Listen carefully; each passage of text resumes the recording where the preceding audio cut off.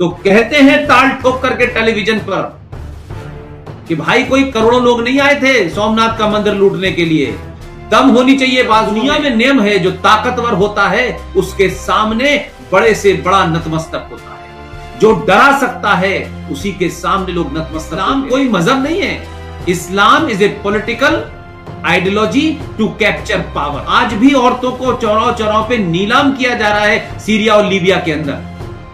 ना वहां कोई रामलाल जा रहा, ना श्यामलाल जा रहा, ना विश्व हिंदू परिषद जा रही, ना आरएसएस जा रही, लेकिन वो कहते हैं Islam is a religion of peace. और जिस दिन आपके अंदर ये भरोसा जग गया, जिस दिन आपके अंदर ये एहसास हो गया कि हम कौन है, आपको किसी चीज की कमी नहीं पड़ेगी। जिनको जरूरत है समझ में उनको दे रहा है, जो सिर्फ सब्सिडी पे पल रहे हैं और सब्सिडी पे पल करके इस देश को तोड़ने की विदेशी ताकतों के एक हथियार बने हुए। आपको मौका है, नीरज भाई जैसे लोग आपके बीच में हैं जो किसी न किसी बहाने आपको रिमाइंड कराने के लिए, चाहे मैं हूं, चाहे संजय दीक्षित जी हो और तमाम लोग जो इस पूरे कार्य में लगे हुए हैं, हम लोग कहीं ना कहीं एक दूसरे के बहाने से बात आते हैं और अपनी बात को कह करके आप तक के बीच में पहुंचाना चाहते हैं। लिहाजा शौर्य दिवस के इस मौके पर नीरज अत्री जी ने जो काम किया है, मुझे बुलाया है, कल और लोगों को बुलाएंगे, क्योंकि शायद आज मैंने नीरज जी से कहा कि मुझे 6 तारीख को कल सुबह सुबह बॉम्बे पहुंचना है, तो ये बातचीत इसलिए हो रही है। लेकिन नीरज जी के अलावा तमाम सारे लोग अलग अलग जगह इसको करें, छोटी छोटे चाय खानों पे बैठें, डिस्कस करें, अपने अंदर से हीन भावना को निकाल दें। और सनातनियों के बारे में बार बार कहता हूं कि जिस वक्त आप 4 बार ये कहेंगे मैं सनातनी हूं ना, आपके अंदर गर्व पैदा हो जाएगा, आपके बाजुओं में जान आ जाएगी और आपके मन मस्तिष्क से होने वाली जो कुंठा है, जो इंफीरियरिटी कॉम्प्लेक्स है, जो एहसास कमतरी आपके अंदर भर दी गई है कि आपके पूर्वज तो इसके गुलाम थे, उसके गुलाम थे, इसके गुलाम थे, हमने ये किया, कोई गुलाम नहीं था, कोई गुलाम नहीं था। इसलिए इरफान हबीब जैसे बदमाश ने, जो अलीगढ़ यूनिवर्सिटी में है तो कम्युनिस्ट, उसने किताब लिखी हिस्ट्री की और उसमें लिखा Shivaji was a mountain rat, Shivaji एक पहाड़ी चूहा था। तो ऐसी ताकतें हमेशा रही हैं। अभी मुगलों के नाजायज वारिस इस देश के अंदर 30 करोड़ हैं और वो अब उन्होंने नई रणनीति अपनाई है।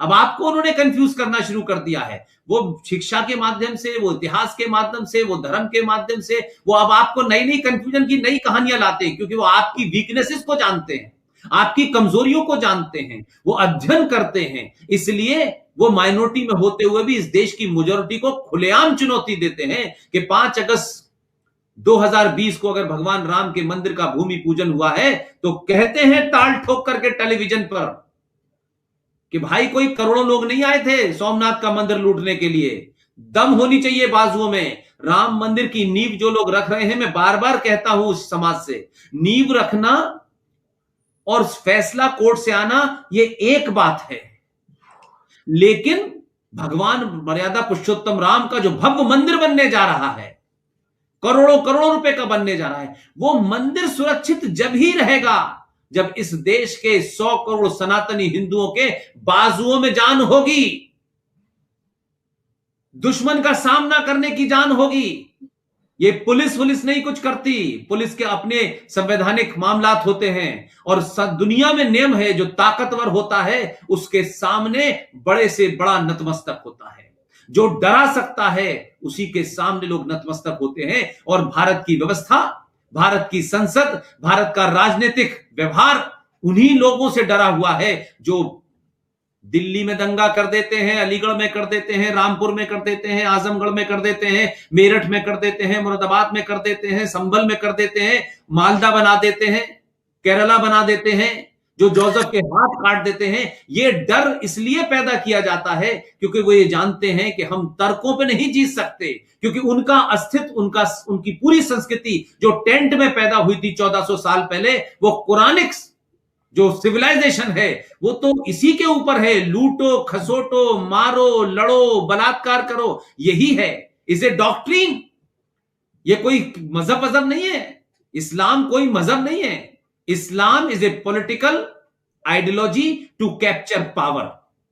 और समय के हिसाब से उसकी परिभाषा बदल लेते हैं। और आप उनकी कलाकारी देखिए कि पूरी दुनिया में नंगा नाच है, नंगा नाच है। आज भी औरतों को चौराहों चौराहों पे नीलाम किया जा रहा है सीरिया और लीबिया के अंदर। ना वहां कोई रामलाल जा रहा, ना श्यामलाल जा रहा, ना विश्व हिंदू परिषद जा रही, ना आरएसएस जा रही, लेकिन वो कहते हैं Islam is a religion of peace. अब हम ये मान रहे हैं। इसलिए मैंने कहा कि अब कुछ बातों को समझने के लिए ऐसे मौके आए और इन्हें समझें और इसके माध्यम से सवाल करें, मन में कोई जिज्ञासा हो। हम हैं, तमाम सारे लोग हैं। इसलिए एक ऐसा भारत बनाना है जिस भारत में हमारी मां बहन, उसके मांग भरी हुई हो, उसके हाथों में चूड़ियां हो, वो साड़ी पहन के बिंदी लगा के जा रही हो तो सुरक्षित घर आ जाए। ये दंगाई जो सड़कों पे भूखे नंगे घूम रहे हैं, जो सरकार को लूटते हैं, जो मंदिरों को लूटते हैं, जो घरों को लूटते हैं, वो सभ्यता के लोगों को वहीं भेजा जाए जहां से ये आए थे। और आप इतने ताकतवर हो कि आपके देश की धरती, आपके देश की संस्कृति, सरोकारों को वो किसी तरीके से चोट ना पहुंचा पाए। इसलिए सरकारों पे निर्भर होना छोड़ दीजिए। सरकार, इस पूरे सिस्टम, यानी जो राष्ट्र है, उसमें सरकार एक बहुत छोटा सा इंस्ट्रूमेंट है। कोई सरकार संसार दुनिया में समाज से बड़ी नहीं होती। समाज कैसा होता है वैसे ही सरकार बनती है। आपने यादव होकर, ठाकुर होकर, ब्राह्मण होकर, दलित होकर आप 70 सालों से वोट दे रहे थे तो आपको सरकार वही मिल रही थी। आपने जब ये सब कुछ छोड़ा और आपको लगा कि हम इतने लंबे समय के बाद पहली बार आपको बोध हुआ कि हम भी तो सनातनी हिंदू हैं। क्या सब सारे सनातनी हिंदू, उनके काम अलग अलग थे। कोई गाय चराता था, कोई सेना में जाता था, कोई पूजा करता था, हर एक का काम बटा हुआ था। जैसे आज सबका काम बटा है, एक पत्रकार है, एक डॉक्टर है, एक इंजीनियर है। तो क्या ये जाति नहीं थी, ये काम के नाम पे व्यवस्था थी। लेकिन आपको लोगों ने भरमाया और फिर आजादी के बाद सत्ता के दलालों ने, चापलूसों ने संगठन बनाना शुरू कर दिए जाति के नाम पे। दुकानें चली, बिक गए, कोई इधर बिक रहा है, कोई उधर बिक रहा है, कोई जय भीम कह रहा है, जो जय मीम कह रहा है। तो ये इस चीज से आपको अवेयर होना होगा। अगर ये पुरुषार्थ जगाने का जो क्रम Neeraj ji, Sanjay Dixit ji, colonel R S Singh, GD Bakshi, Sushil Pandit, Lalit Ambardar, Ankur Sharma, captain Sikandar, ये लोग जो चला रहे हैं, इन सब का एक ही ध्येय है कि आप सोए हुए हैं, आपको सिर्फ जगाना है। और जिस दिन आपके अंदर यह भरोसा जग गया, जिस दिन आपके अंदर यह एहसास हो गया कि हम कौन हैं, आपको किसी चीज की कमी नहीं पड़ेगी।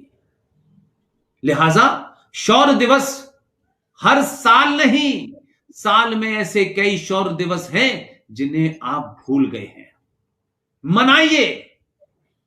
छोटी छोटी बातों से आपकी साइकोलॉजी के ऊपर, आपके मन मस्तिष्क के ऊपर जो हजारों साल से एक ऐसा कुठाराघात किया गया है कि आप उससे उबर नहीं पा रहे हैं। जिस दिन भी आपके अंदर वो तमाम चीजें बाहर निकल गई, आप में इतनी ताकत आ जाएगी, इतना पुरुषार्थ आ जाएगा कि कोई आपके साथ नाजायज काम नहीं कर पाएगा। सरकार नहीं कर पाएगी, पुलिस नहीं कर पाएगी, और सड़क पे चलता हुआ जिहादी नहीं कर पाएगा। क्योंकि उसको पता चल गया है कि गांधी जी चले जा चुके हैं और गांधी के प्रदेश का अब दूसरा आदमी आ गया है जो एक साथ दोनों गालों पे एक साथ चांटा मारता है। इसलिए ध्यान रखिएगा, समय का फेर है, लंबा समय लगा, लेकिन अगर भारत को चेतना जग गई है, भारत का सोया हुआ समाज ये एहसास करने लगा है, तो भारत की जो सदी को दुनिया के अखबार लिखते हैं, पूरी दुनिया के अखबार पढ़िए, वो ये कहते हैं कि 21वीं सदी भारत की होगी। वो मूर्ख नहीं है, वो अज्ञानी नहीं है, वो ये जानते हैं कि किस तरीके से हमने भारत की सोए हुए उस पुरुषार्थ को, उस ज्ञान को किस तरीके से छीन लिया और इन्हें ऐसा बनाया कि ये हमारे क्लर्क बन के रह गए। इसलिए जगह जगह, गली गली, मोहल्ले मोहल्ले सरस्वती कॉन्वेंट स्कूल खुल रहा है। जिसके पास सरस्वती थी उसे लावारिस नाजायज बच्चों के पालने के घर को, जिसे कॉन्वेंट कहते हैं, हमें क्या जरूरत पड़ी थी? हम अपनों को भूल गए और अपनी हीन भावना में अपने ज्ञान को भीन के दूसरों को लगा कि जो अंग्रेजी बोलता है वही समझदार होता है। इसलिए जैसे जैसे आप वापस लौटेंगे, आपके यहां एक भी भूखा नहीं रहेगा। आपकी जो गुरुकुल व्यवस्था थी, आपका जो काम की व्यवस्था थी, आपके यहां शादी के जो काम थे, उसमें हर काम में हर एक आदमी का काम बटा हुआ था। कोई भूखा रह ही नहीं सकता था। आज हालत यह है कि अरबों खरबों रुपया हमारा लोगों को सब्सिडी देने में जा रहा है, और उन लोगों को सब्सिडी दे रहा है जिनको जरूरत है समझ में, उनको दे रहा है जो सिर्फ सब्सिडी पे पल रहे हैं और सब्सिडी पे पल करके इस देश को तोड़ने की विदेशी ताकतों के एक हथियार बने हुए हैं।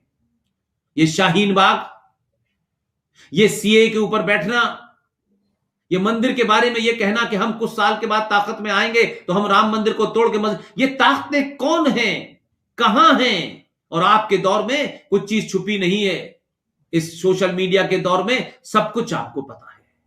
लिहाजा आज का दिन है 6 दिसंबर कि आप प्रण करें और एक बार इस बात का एहसास करें कि ऐसे दिन आपको 365 दिनों में से हर दिन को ऐसा बनाना है कि आज इस शौर्य दिवस के ऊपर हमें ऐसा एक प्रोग्राम करें, फिर दूसरा कोई शौर्य दिवस हो। और ये सिलसिला जब रुकेगा जब भारत की संस्कृति को तोड़ने वाली ताकतें, इस धरती को निजामे मुस्तफा बनाने वाली ताकतें, दारुल हरब से दारुल इस्लाम बनाने वाली ताकतें, गजवाए हिंद लाने वाली ताकतें, चाहे वो महबूबा हो, चाहे अब्दुल हो, चाहे आजम खान हो, चाहे आपका अजमल खान हो, चाहे वो आपका हैदराबाद में जोकर बैठा है, इन ताकतों को समाप्त किए बिना भारत का पुरुषार्थ नहीं चल सकता। नीरज भाई।